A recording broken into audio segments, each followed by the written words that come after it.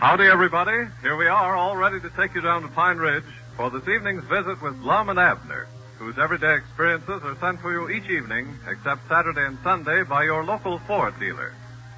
You have asked, is the new Ford V8 economical to drive? Tonight, your Ford dealer answers that question. Answers you with the strongest official proof possible to obtain. A certificate of performance given the Ford V8 by the Contest Board of the American Automobile Association. This certificate says, the undersigned certify in the name of the Contest Board, American Automobile Association, that at Washington, D.C., and over the Mount Vernon Memorial Highway, a Ford V8 1933 two-door sedan, motor number 18332-364, of strictly stock class, manufactured by the Ford Motor Company and driven by Contest Board personnel, was timed at 182 hours and 50 minutes over the distance of 5,022 1/10 miles, an average of 27.468 miles per hour from a standing start on June 20th to the 28th, 1933, establishing an average of 22.532 miles per gallon of gasoline. Total oil used, 1.578 gallons, an average of 3,182.5 miles per gallon. Total gasoline used, 222.89 gallons, an average of 22.532 miles per gallon. Water added, none.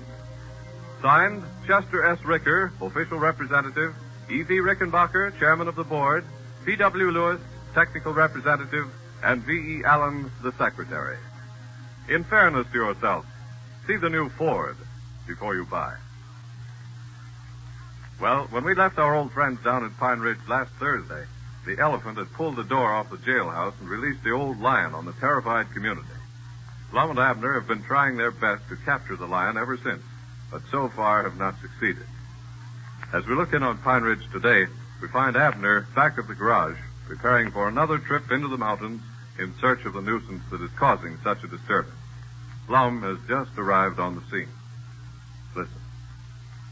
Abner, what in the name of common sense are you up to now? Well, I'm getting things all ready to go on that lion hunt tonight, Lum. Well, you're not aiming on taking this elephant, are you? Why, sure. Who ever heard of hunting lions with an elephant? Well, now, that's what that book says. What book? Why, that one right there. Dick Huddleston gave it to me to read. Tells all about lion hunting. I see it. Now, what we better do is get some dogs to hunt that lion with. No, according to that book there, Lum, they don't use dogs. Big game hunting in Africa. Yeah. Well, I don't care what they say in here. I know in reason they don't use elephants to hunt lions with. They can't even bark. How would you know when they struck the trail? Well, how do you know if they don't bark on trail? Well, did you ever see an elephant a-barking? Why, no, I never, but I never seen one on trail, neither. Well, you can't make no hunting dog out of an elephant. I can tell you that right now. Now, wouldn't that elephant there look fine running a rabbit across the field or sitting under a tree barking at a little squirrel? Well, now, I don't think he hunt like dogs does, Lum. Look there now, where I got the page turned down. Shows a picture of them hunting lions in Africa right in that book. Where? Why, right there, right in there, kid. Well, they're just riding elephants there. Huh? The elephants ain't a-hunting the lions. You see, they have beaters that go on ahead and run the lions by, and these fellers here just capture them. Yeah, well, now, I figured on me and you riding baby here like they're doing in that picture there, Lum. Well, now, you can ride up there if you want to, but I ain't going to try to ride no elephant's back. You see, these hunters in this picture got a seat up there, see there? Yeah, well, now, you just wait now. Me and Cedric's got a scheme worked out where there'll be room for all of us up there on his back. Whereabouts is Cedric at? Oh, I sent him over the house for some stuff a while ago. I'm trying to get baby all rigged up so that we can strike out right after supper tonight. Abner, I wish you'd quit calling that elephant baby. Well, I got to call him something. That's the only name we got for him. Well, just call him Elephant till after the contest is over, then we'll have a regular name for him. Yeah, I thought some of them names that's already been sent in would be all right, huh? Oh, yeah, there's some good names suggested, all right, but we don't want to do no deciding until we close the contest. Then we'll let the committee pick one out. Yeah. Well, have you made the announcement about the contest over the party line yet? No, I'll attend to that again. I go back to the office. As you know, I was just looking at baby, elephant a while ago, Lum. I believe he's deformed. Deformed? Yes, sir, now just look at him there. He looks like he ain't big enough for himself, don't he? Ain't big enough for himself? No. What you talking about? Well, his skin don't fit him very good. It's away yonder too big for him. Oh, well, he just ain't growed to it yet. He ain't more than half growed, you know. You know, well, what do they do? Just give him a skin that's big enough for a growed elephant and then let him grow to it? I don't know, Abner. This is the first experience I've ever had with elephants. They just ain't built for style. They run more for comfort. Yeah. Well, there ain't much shape to them, I'll say that. Now, just look at them legs. They just might lie straight up and down. Looks like his legs just run down the ground and stopped all of a sudden like he's bogged up in the mud or something, don't he? Yeah, they're funny-built critters. I'd hate to... Wait a minute. Yonder comes Dick Huddleston driving up in front. Yeah, I'll have to get back in the office. Dan went out to deliver a new car a while ago. Yeah, you just go ahead and talk to Dick, Lum. I'll finish up getting ready for this line, huh? Well, we'll try your way one more time, Abner, but if we don't catch this line tonight, we'll get some dogs and trail him down. I know we will catch him tonight, all right. Just wait till you see what old me and Cedric's got rigged up. This book here has learned me all about line hunting. Well, you needn't count on me riding that elephant. I'll tell you that right now. Well, howdy, Dick. How are you today? Well, howdy, Lum. Wife said you telephoned you want to see me about something. Yeah, I'm glad you come over, Dick. Come on in the office. I'll explain it to you. What's Abner doing back there? Oh, he's rigging up the elephant, getting ready to go hunt that lion again tonight. Haven't located him yet, huh? No, we can find plenty of places where he's been, but we can't seem to find where he's at. Go ahead in. Well, thanks, Lum. I've been hearing a lot of complaints about that lion, too. Yeah, and so have we. Granny, we're trying our best to locate him. Well, he's got the whole community scared to death. They're just afraid to go out after dark, afraid he'll jump out of the bushes after him or something. Yeah, well, he wouldn't bother nobody. Couldn't hurt him if he wanted to. He ain't got a tooth in his head. Sit down, sit down. Yeah, thanks, Lum. Well, I know, of course, they ain't got no teeth, but it's just the idea of a lion being turned loose in the community is what's scaring them. When he starts that roaring, why, you can hear him for miles. Believe me, now, the folks around here ain't venturing out after night. Oh, folks has been calling up here making complaints about it, and I told them we was doing all we could to catch him. Yeah. There ain't a thing for him to be scared of. As the sea trunk was telling me that him and his whole family slept in the storm cellar last night. Well, I do know. Feared of old toothless lion. I slept right in my house. Don't catch me staying all night in no storm cellar. Just locked all the doors and windows and went right on off to sleep. It's a little warm, a little close to all the windows down, but that's a heap better than a storm cellar. Yeah, you're scared just like all the rest of us. No, I ain't. You might as well admit it. No, sir. I thought sure we caught him Saturday night over there on Old Piney Mountain. Yeah. Yeah, Abner had one of them coal mining lights that they fasten on their caps when they're down in the mines. Oh, yeah, I was on carbide light. There he had one of them fastened on his hat, trying to shine the lion's eyes like Uncle Henry Lunsford used to hunt deer of a night. Yeah. Well, we walked up on this critter the other night, and there's two big eyes a staring. Was it the lion? No, but we thought it was. What was it? Well, I don't like to say, Dick. We couldn't tell, of course. All we could see was the eyes till we got right up on Well, it. what was it, Lum? You won't josh us about it, will you? No, of course not. What was it? Well, sir, it was that wild steer, Luther Phillips. When Abner shined that light in his eyes, he taken in after us and put us up a tree, and I granted we had to stay there till daylight Sunday morning.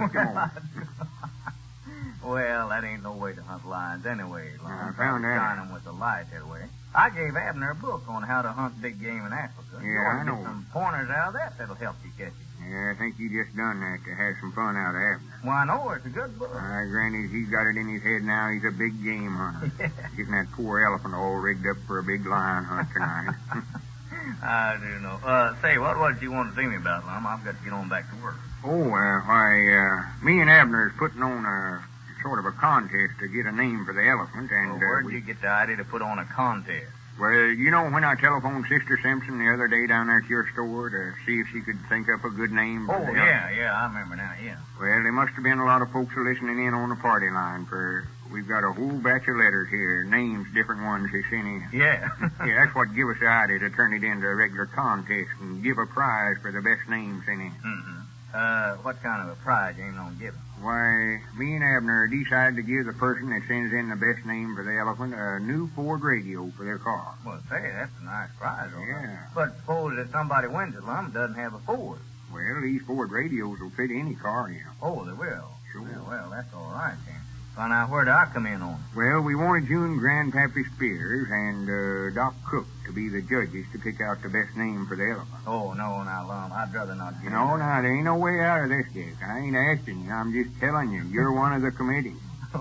Me and Abner or Dan Davis can't do it on account of being connected with the garage here, you know. No. Well, if you've done decided it, Lum, well, I guess I'll have to serve. Well, I've done decided it, all right. Now, I'll call up the folks on the party line and tell them about the contest. Yeah, I'm just afraid you're getting me in for a lot of work, Lum. That's what you're doing. Now, don't tell the folks on the party line that I'm one of the judges. No, I ain't. Wait a minute. Everybody's listening in now.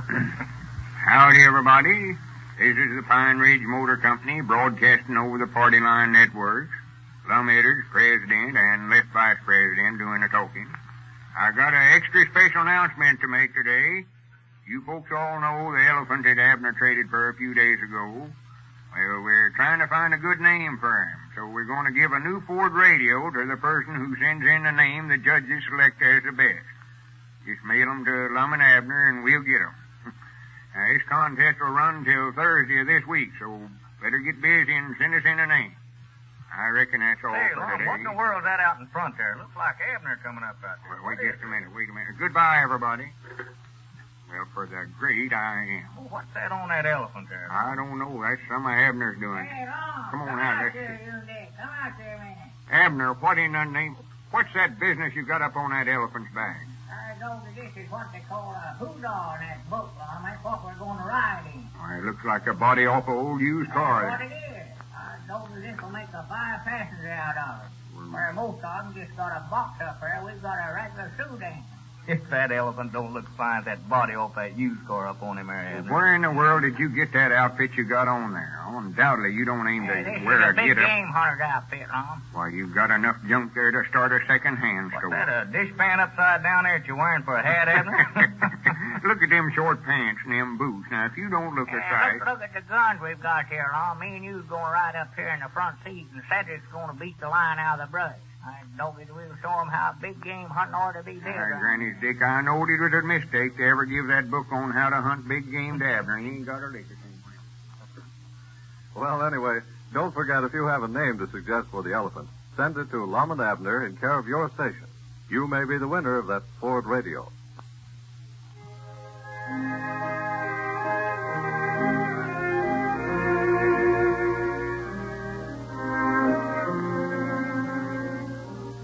Know the facts before you buy a car, and you'll buy a Ford V8. For instance, the all-steel, electrically welded body versus the body of wood and steel. Fact number 1, steel doesn't need wood for strength or protection. 2, the steel and wood body is not much stronger structurally than its wooden frame. 3, under extreme stress or shock, the steel body remains intact. Dented perhaps, but not crushed. 4, it is more expensive to make an all-steel body than to make a wooden frame and then nail steel panels on it. Until experience proved it unwise, Ford mixed wood and steel in bodies and wheels. It was the best way then, but the state of the art has advanced. No one argues now that the electrically welded one-piece wheel, such as the Ford wheel, needs to be strengthened by adding wood to it. Know the facts before you buy a car. All the facts. In fairness to yourself, see the new Ford before you buy. In closing, we want to remind you to listen for the special announcement to be given during the old-time sociable Friday night. Lum and Abner will tell you about a very interesting contest in which they will give away a new Ford V8 every Friday night, and everyone is invited to take part. Gene Hamilton, speaking for your local Ford dealer, who invites you to follow the experiences of Lum and Abner tomorrow evening at this same time.